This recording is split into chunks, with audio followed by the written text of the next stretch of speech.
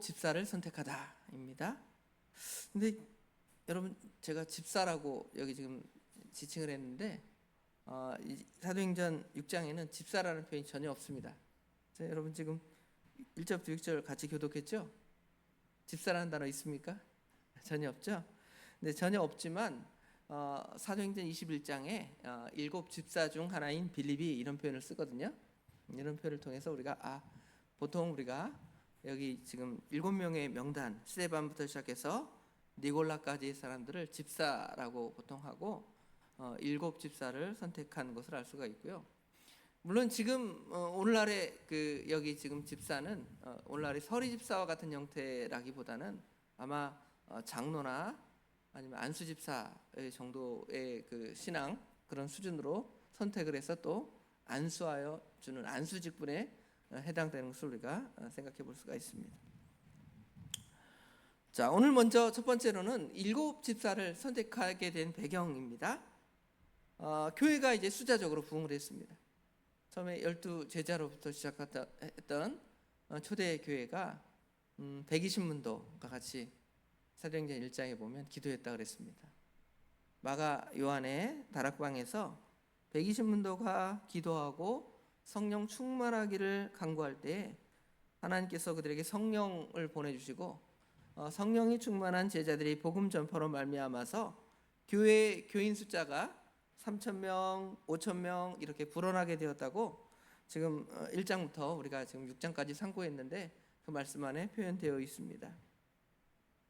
5장 14절에 보면 믿고 실제로 나오는 자가 많으니 남녀의 큰 무리더라.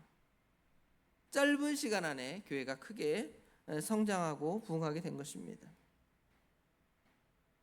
초대교회가 핍박과 시련이 있었다 그랬죠. 잡아다가 옥에 가두기도 하고 협박도 하고 전하지 마라, 예수의 이름으로 동시 말하지 마라, 이런 협박이 있었지만 믿음과 성령이 충만한 제자들은 그 시험을 이기고 신앙이 견고해질 때마다 하나님께서 교회에 부흥을 주셨습니다. 교회가 언제 부흥하는가?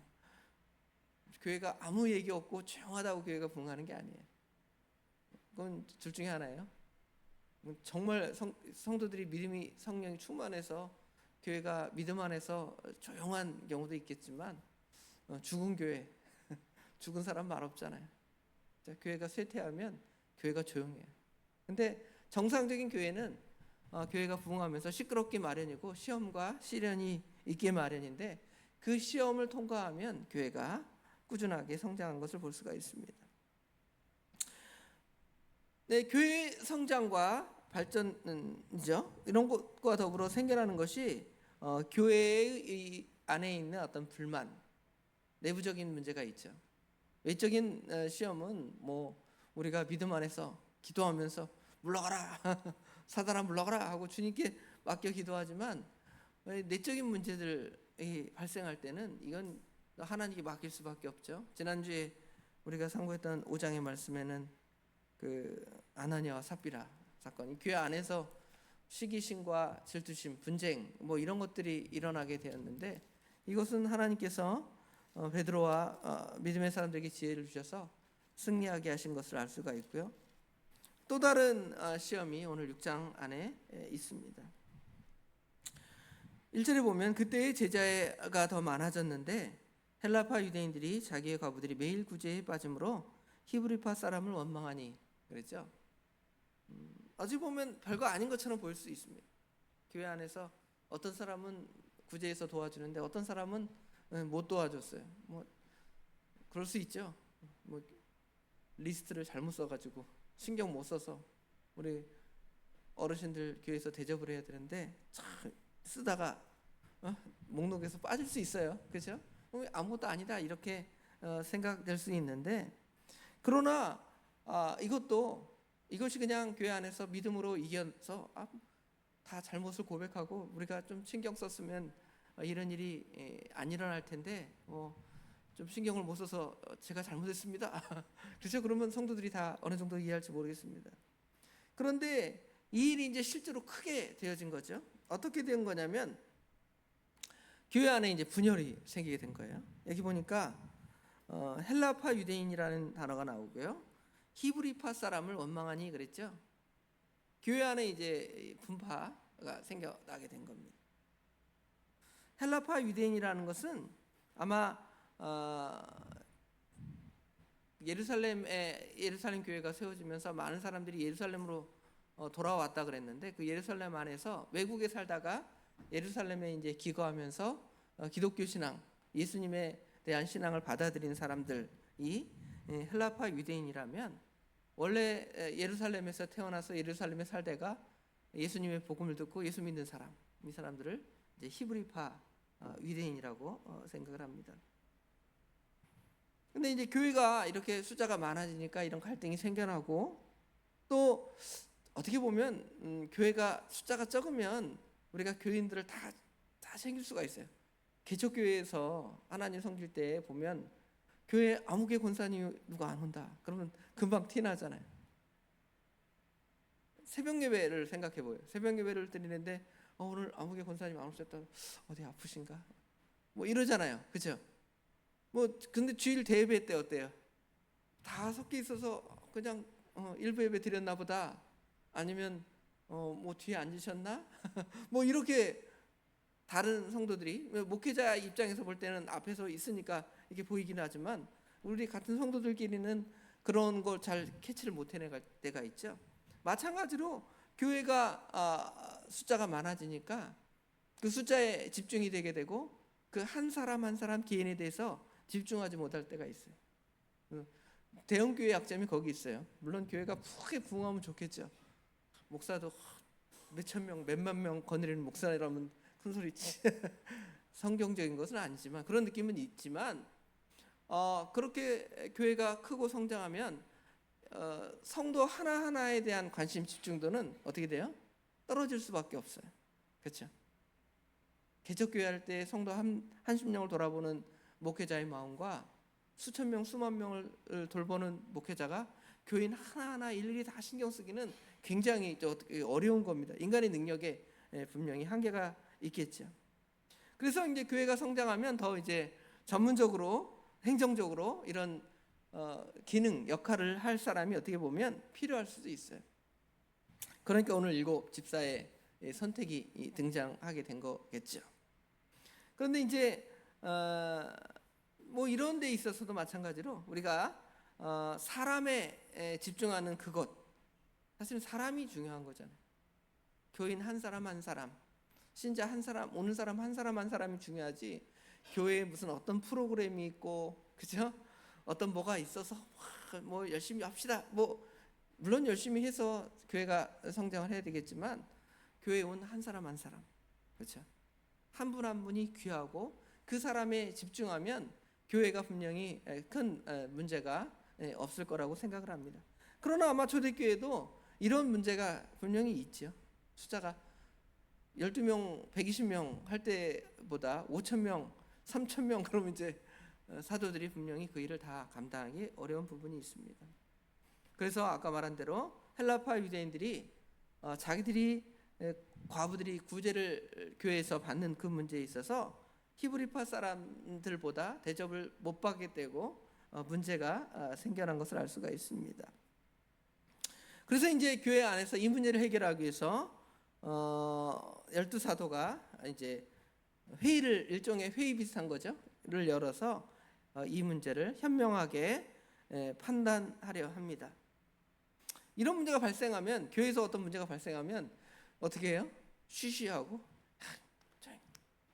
다 마귀 역사야 이러면서, 그렇죠? 조용히 해결할 수도 있지만, 공적으로 이게 교회에 큰 문제를 끼치게 된다 그러면 공적으로 우리 교회에서 재직회를 열든지, 아니면 교회에서 이제 당회를 열어서 목사님하고 장로님하고 그 문제를 이제 공론화해서 이 문제를 큰 문제가 되지 않도록 이제 해결하는 좋은 지혜가 필요함을 알 수가 있습니다.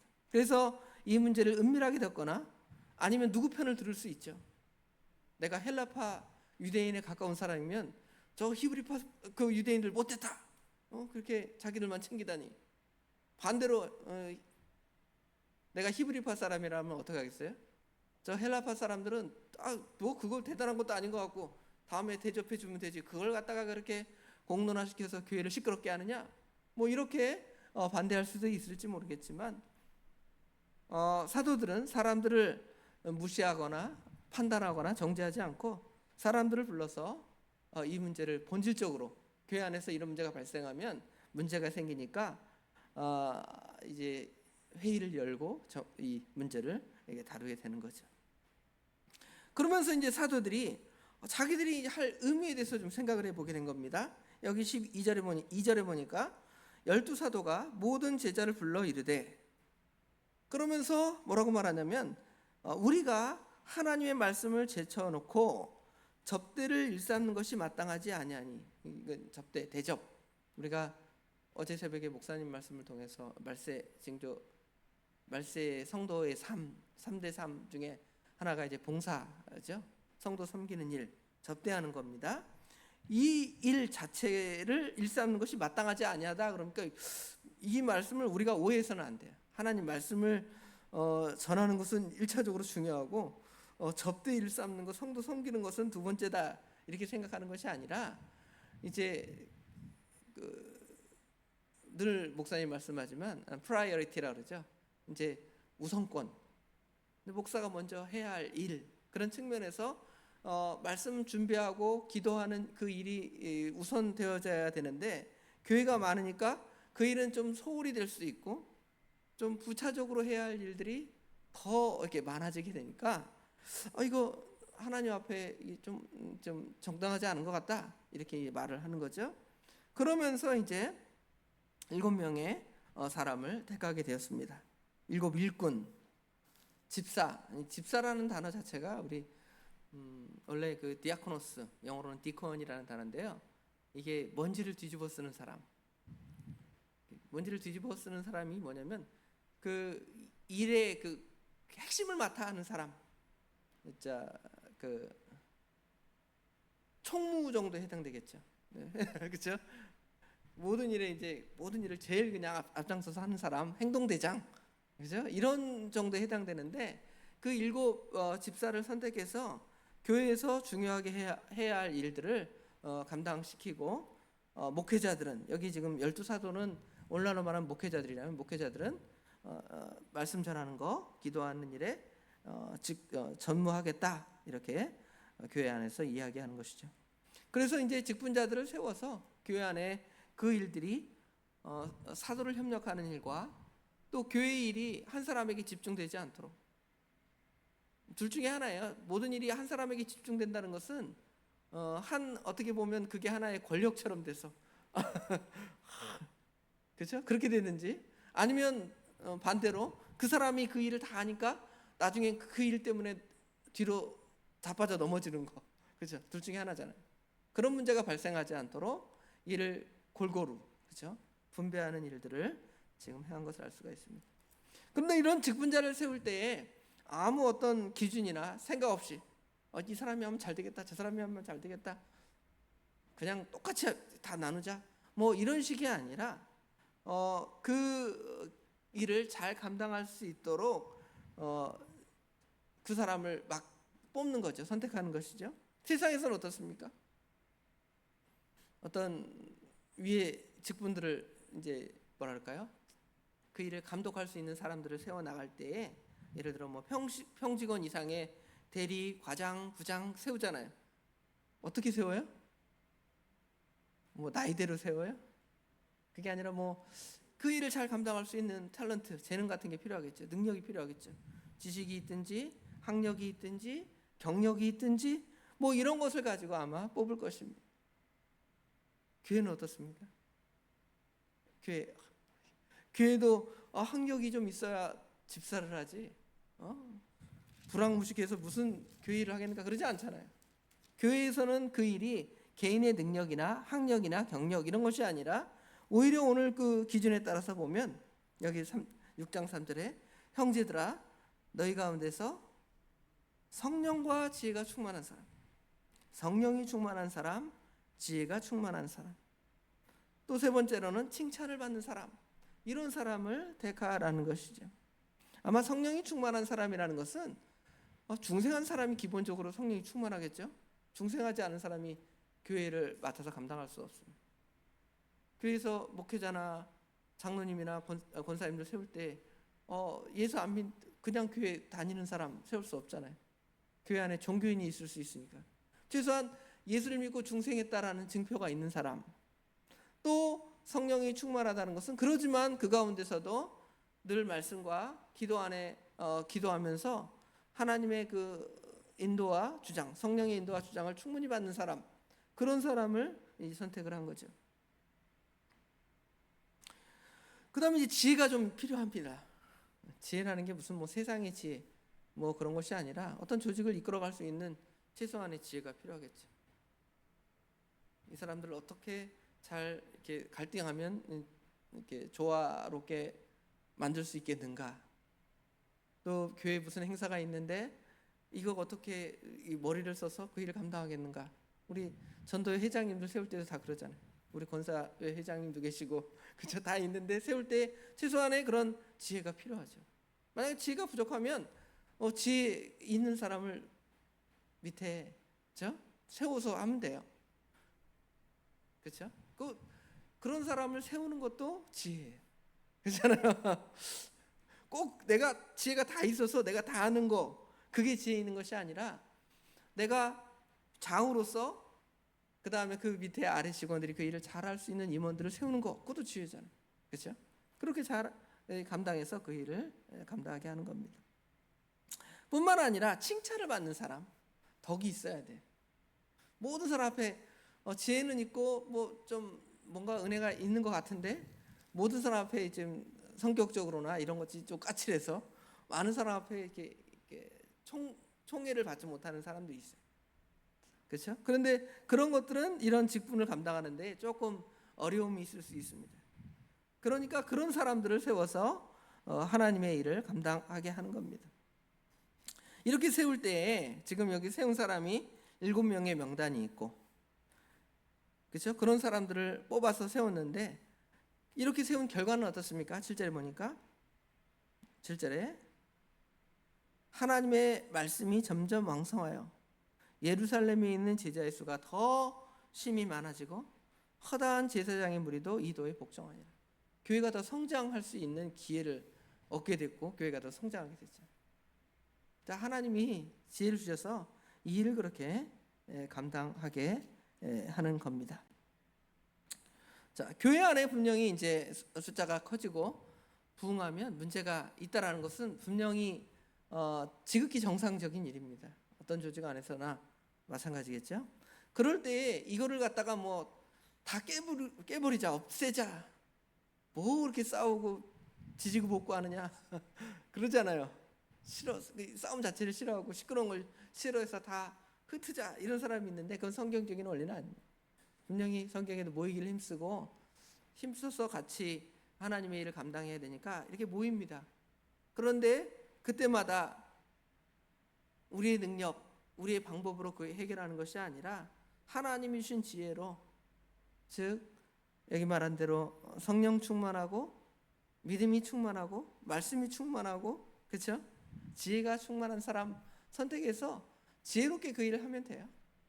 그렇게 하면 하나님께서 그 조직이나 그 교회를 하나님이 기뻐하시고 발전하게 하시는 거예요. 하나님이 기뻐하시는 겁니다. 교회에 분명히 이런 문제들이 있습니다. 불평이 있고 소외가 반드시 발생할 수가 있습니다. 그럴 때 이제 우리는 그 본질, 교회가 무슨 일을 하는가, 말씀과 기도하는 그 일에 돌아가고 또 나머지들은 또 감당할 사람들을 또 세워서 감당하면 돼요. 성령과 지혜가 충만한 사람을 세워서 그 사역을 같이 협력해 나가는 것입니다. 그래서 교회의 부흥을 단순하게 숫자적으로 많아지는 거 그것도 중요하지만 그 안에서의 어떤 관계, 질서, 그 본질의 회복, 교회의 본질의 회복이 중요하잖아요. 이런 회복을 통해서 하나님의 교회는 더 아름답게 나가는 거예요. 2000년이 지난 지금이 교회가 더 성장하고 발전하잖아요. 하나님께서 우리에게 주신 지혜가 그러하기 때문에 그렇게 하는 거예요. 우리가 이런 지혜의 교훈들을 오늘 사도행전 6장을 통해 받아서 하나님의 교회를 세워나가는 일에 꼭 이 교회뿐만 아니라 여러분이 있는 모든 조직 사회에서도 다 마찬가지예요. 다 지혜롭게 그렇게 일해서 모든 일에 은혜가 되는 그러한 일들을 우리가 잘 감당해야 되겠습니다. 기도하겠습니다. 아버지 하나님, 은혜와 사랑을 진심으로 감사합니다. 오늘도 저희를 사랑하셔서 오늘